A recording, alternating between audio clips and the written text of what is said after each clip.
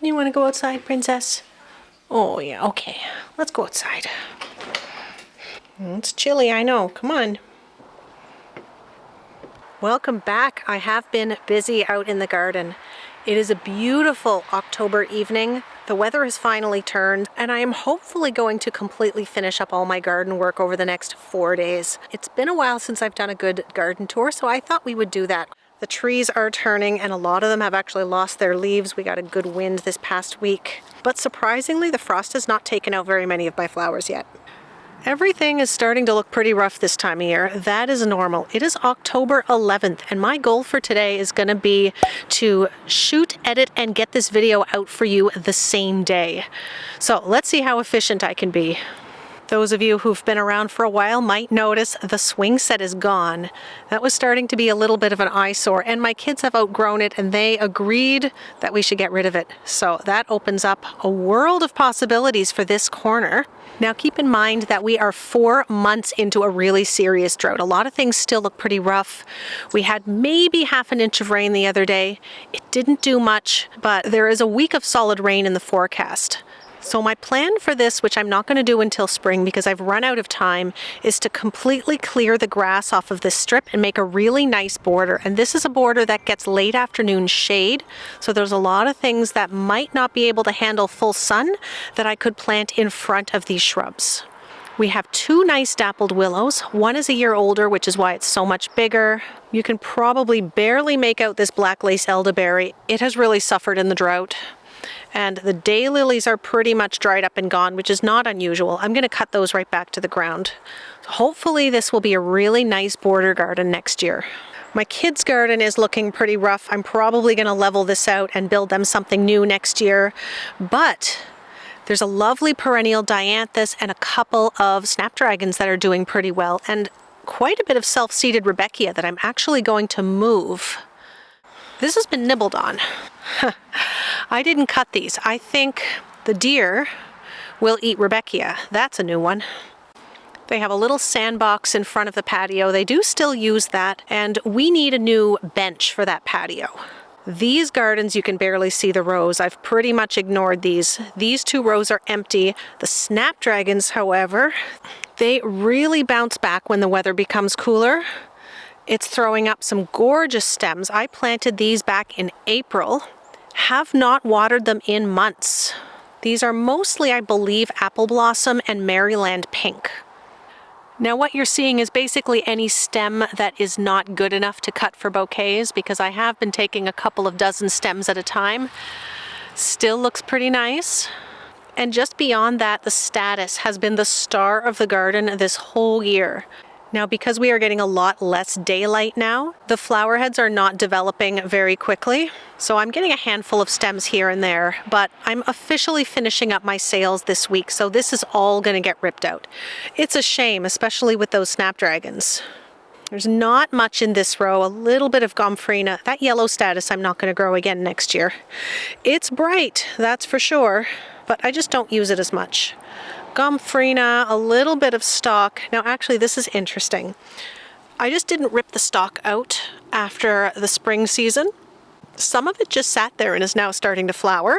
And this is what the seed pods look like. So these are starting to yellow. I still would leave them here a little bit longer. Oh, I see some examples of some ripe ones. This one is brown, that one is closer, but there's some gomphrena. This one here I would consider ready. Green one, definitely not. Yellow is getting closer. There is a brown one. I'm probably going to gather up this gomphrena and dry it. I only had a handful this year. Beyond that, there's this funny little row of zinnias. Now I cut this clean yesterday because I thought we were going to get a frost, so you're not going to see very many flowers. I also have some ruby red celosia and a self-seeded tomatillo. Tomatillos are fun, and I saw, I think on Instagram, somebody was using this as foliage in bouquets, so I actually was going to cut some of these and use them as a decoration for Thanksgiving dinner, so we may come back and do that later. Beyond this row, there are some cosmos. Oh, we found a bee asleep in that one. Oh, that's sweet. Hope it doesn't get too cold. Now I'm not sure which variety this is. I'm not really cutting from these. They definitely lighten up as they age though. This one's quite light. This brand new one, it's dark like velvet. I love this. But these ones here are mostly cupcake blush and seashells mix. And again, I cut this garden completely clean yesterday. That last row needs a little bit of a redesign. I have to divide some delphiniums, move some columbine, and there's a lot of self-seeded calendula. There's also a lot of scallions too, which I'm tempted to grab one of these, but it'll probably break off at soil level. Let's do it anyway. Oh, I got it. It's gonna go in my breakfast omelet. Oh, let's get basil too. Yes, there's breakfast. Score. Molly, I see you under there. Are you all done already? Yeah. Oh, come on. You can do it. Molly's nearly 18. She's not a big fan of stairs anymore. There, while I let her in, I was able to go put those herbs inside on the table. Now let's go look at the greenhouse. Now we're going to proceed with caution because there is a hornet's nest in here that I haven't dealt with yet. I shoved a bale of straw in here. I also haven't dealt with that. But look at all the seedlings. Now I know these should have been planted a month ago, but I was late starting them. As per usual, we have Lunaria or Silver Dollar. That's my first year growing this. We have some beautiful Chabot carnations. We have some Feverfew. We have some more carnations. No, wait. Oh, that's Sweet William, a different type of dianthus. We have, are those snapdragons? They are snapdragons. We have green onions. These are going to go on the deck. I'll probably eat these before winter. We have some gorgeous Rebecca, some Moroccan Sun, and some Gloriosa Daisy. We have some, what is that? Larkspur. Dark purple larkspur. We have one foxglove, not the best germination on that. And then we have some stuff just for fun. Excuse that crinkling, I'm standing on leaves. We have some teeny tiny mini tomatoes. Now my plan is going to be to bring these inside and see what they do under a grow light. These are dwarf plants, so they won't get taller than 18 inches. Same thing with peanuts, and that's just because I didn't get around to planting these this summer. More green onions, and I have two varieties of lupins. This is Red Castle lupin, and this is Russell Hybrid Mix. And the seed packets for these always show many colors, but I always end up with nothing but purple. So, hoping that we will get some out of that, but this is called Red Castle, and it's a deep kind of magenta red, so I'm looking forward to that. And these sweet potatoes, I planted these on camera back in March. They're still there. I just cut them back. I never did anything with them. I'm going to put them in a pot and keep them as a house plant and see what happens because I just don't want to waste them. So there is my fall planting. That I need to deal with this weekend, and there's a few trays under there that did not germinate. Sometimes when the temperatures drop, I might get some germination, so I'm just going to keep watering them and leave them in here just to see what happens. They may even freeze solid and sprout in the spring. Okay, the leaves are falling. This is a mess, but it always is. My ranunculus crates are still here. Oh, look, I was going to say when the temperatures drop and it starts to rain, the ranunculus is going to start to sprout, and it has. So here's what I'm going to do with these. Make sure they are weed free because I already see a dandelion. I'm going to top them up with some compost, maybe a little feed, and then I'm going to put them in the greenhouse and keep them alive through winter. Hopefully we don't get too much of a deep freeze. But I've done this before with pretty good success. The point of the crates is I can bring them out again when the temperatures get too hot to keep them in the greenhouse. Back here I have been ripping out the landscape up against my greenhouse because we had some weed problems, and I may plant some bulbs there. But the lower garden is where all of those fall planted seedlings are going to go. First of all though, this cherry needs to come out because it's suckering everywhere. So here's one, two, there's a couple over there. There's a couple right here. Now I am standing right here is where I pulled one out the other day, And that is, I measured 13 feet away from the base of this. So unfortunately that cherry's got to go because I was not really expecting it to do this when I planted it. We don't actually get any cherries anyway. The deer just decimate them. And what the deer miss, the squirrels and the raccoons get.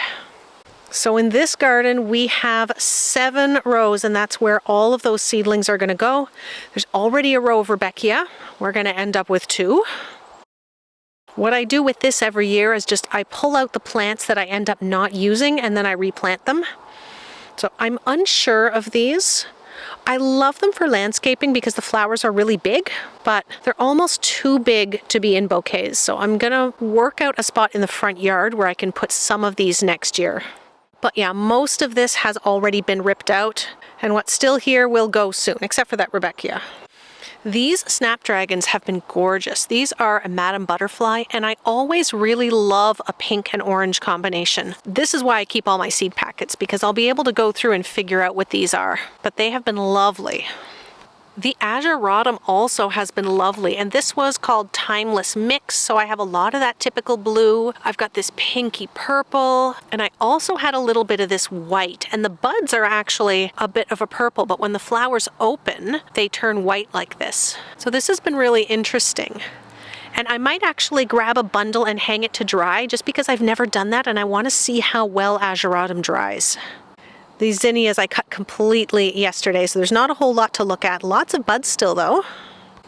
This is where the kids' pool was, but what we're coming over here to look at is my wisteria. This poor thing has been in this pot for 3 years, so it's tougher than I expected.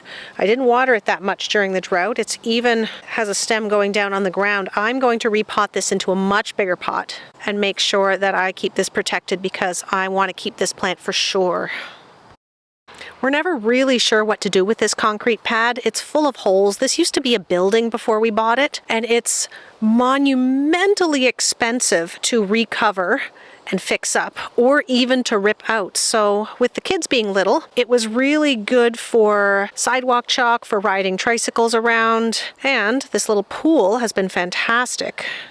Across the walkway, these raised beds have been fantastic as usual.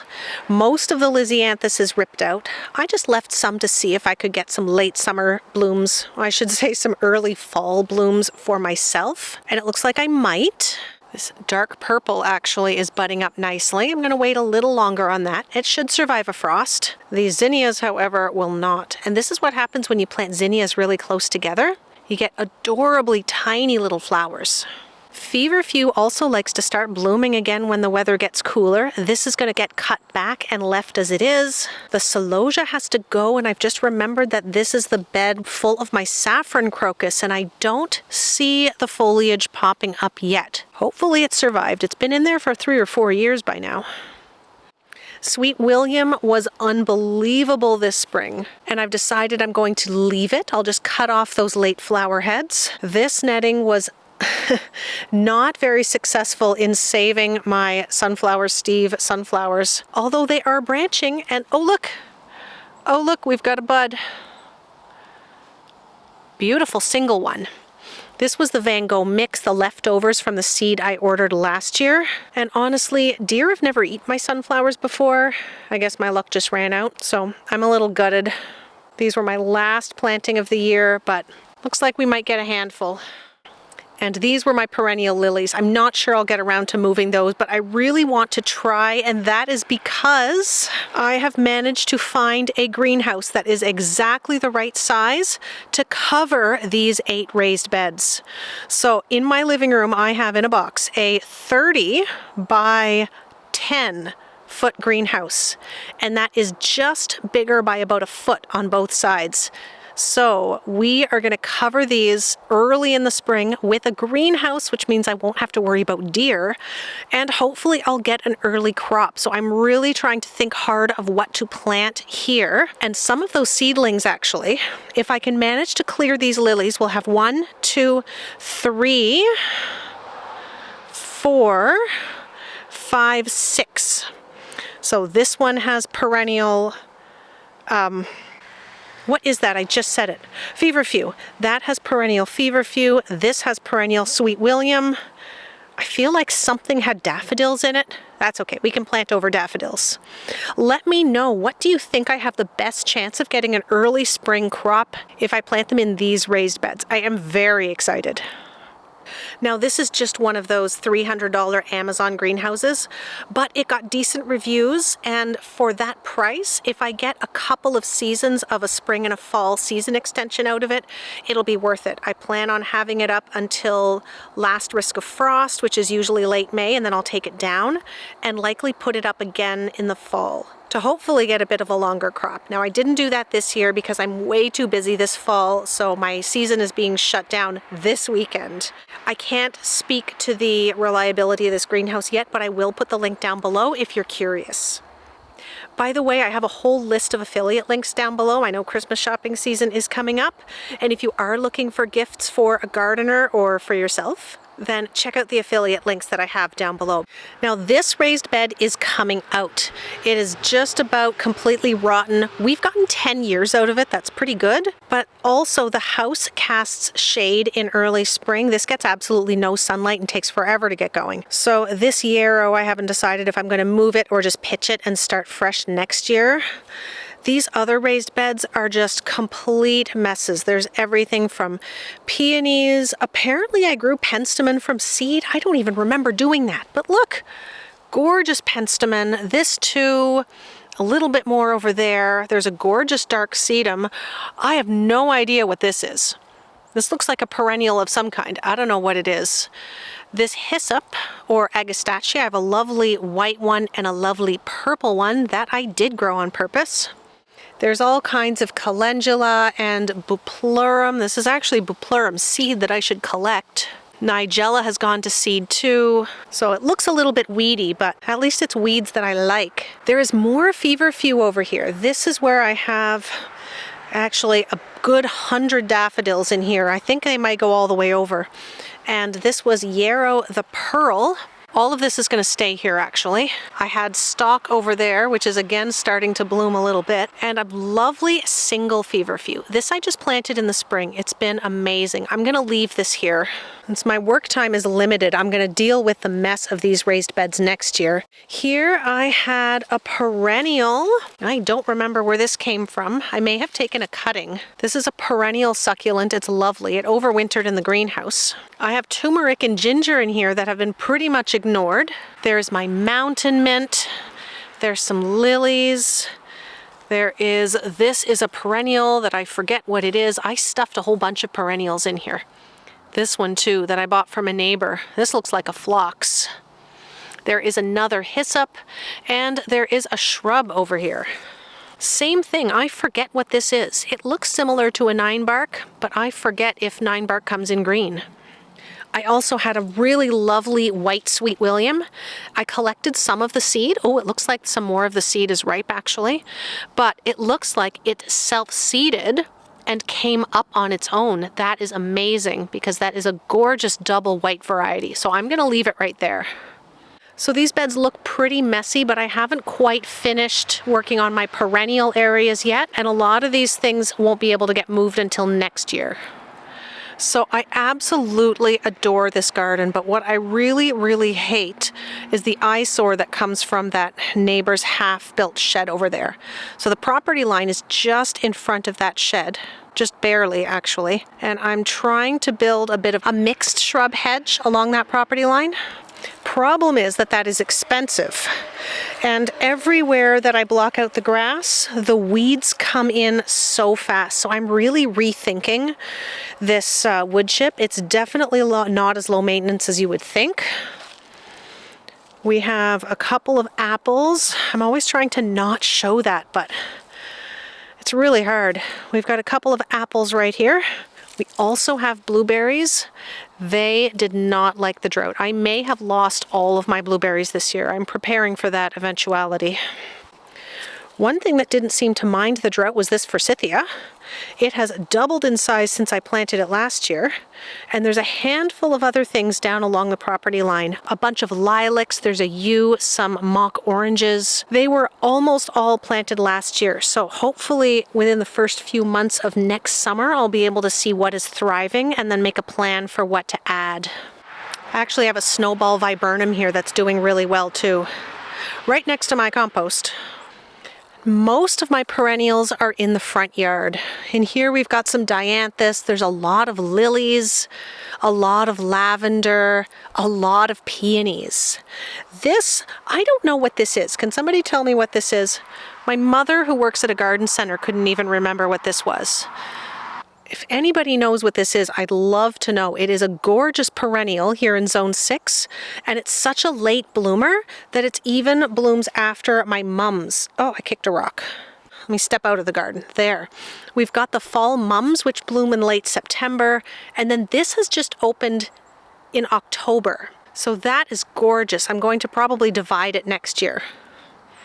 Not a ton to see here. This garden was brand new last fall, and it looks gorgeous. It has a lot of tulips and daffodils in it. And then we have lilies and veronica. I'm still thinking about what to do there for next year. Now, I edged this bed last week. This one is a little bit shadier. I won't do a big close-up on everything, but you can see from a distance that it looks pretty sad. Everything's drooping because of how dry the ground is. The only thing I've been watering is the Sweet William across the front. I have one light that's out of place. I'll have to fix that later. Not quite sure where that came from.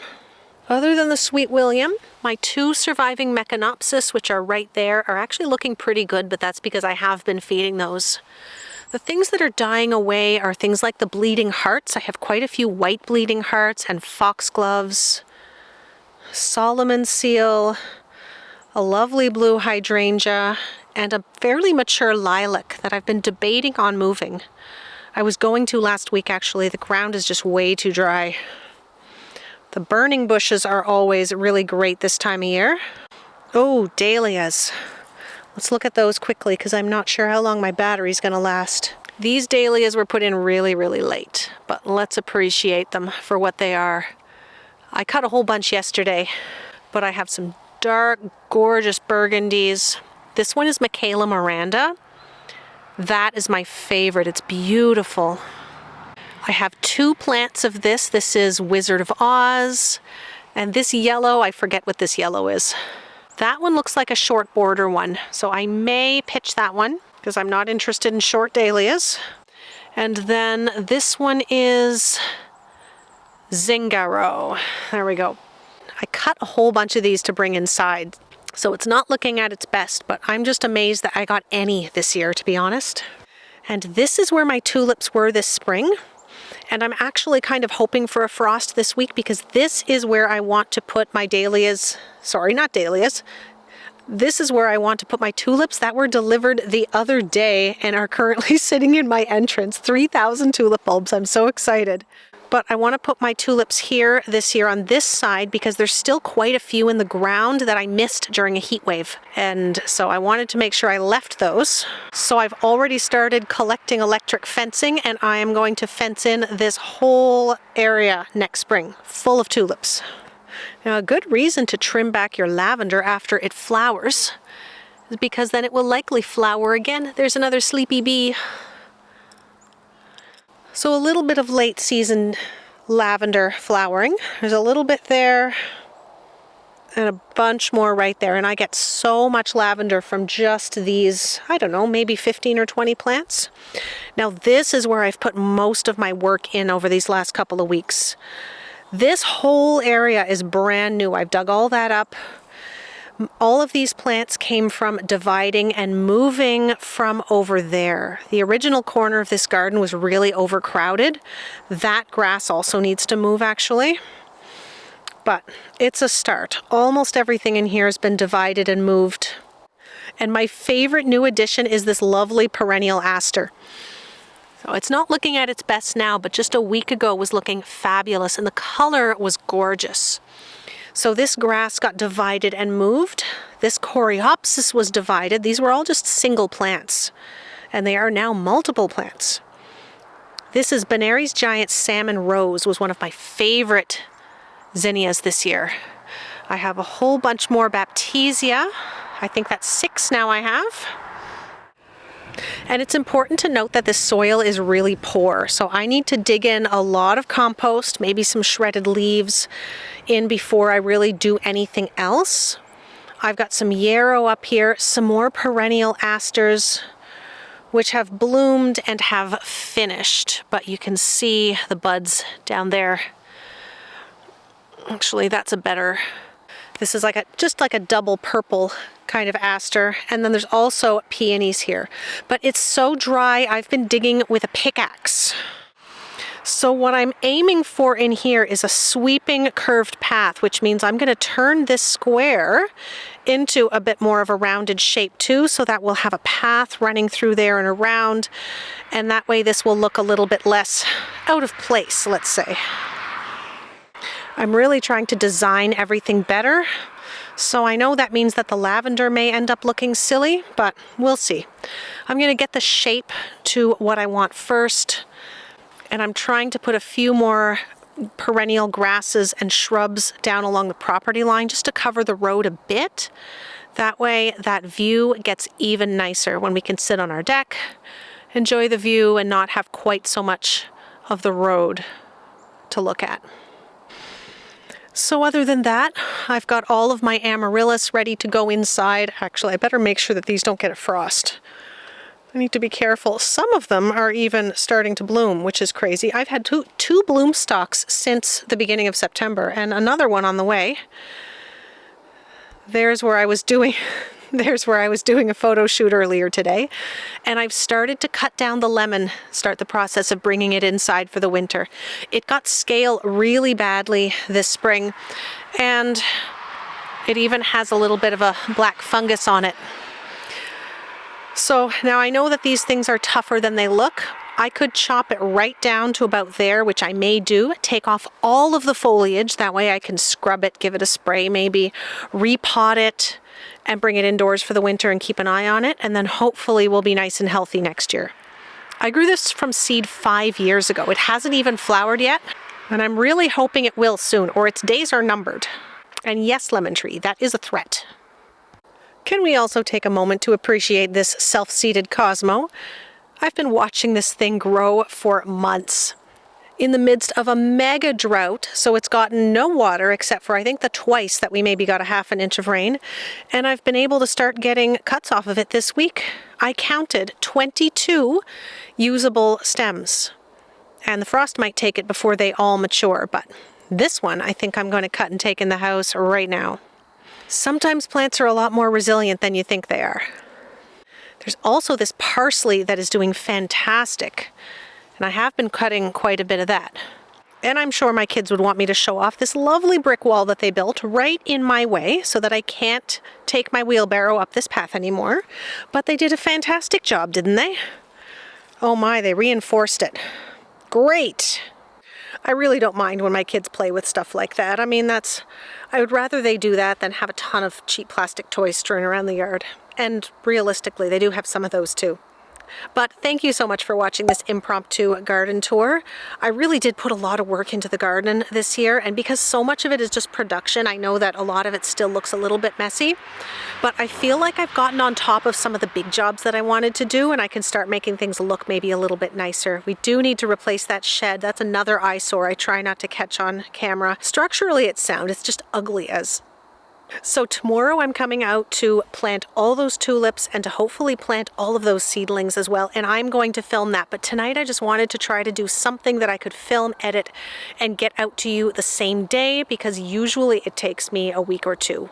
But we are really quickly running out of weather where I can actually film outside without mittens on. So looks like we are quickly losing daylight. So thank you so much for watching. Please remember to check out my affiliate links if you are looking for anything garden related. Like the video, I would be very grateful. Subscribe if you aren't subscribed already. I'd love to see you all along with me next season. But for now, I will say thank you so much for watching, and I will see you next time. Bye. Oh no, whatever shall I do? I am blocked forever.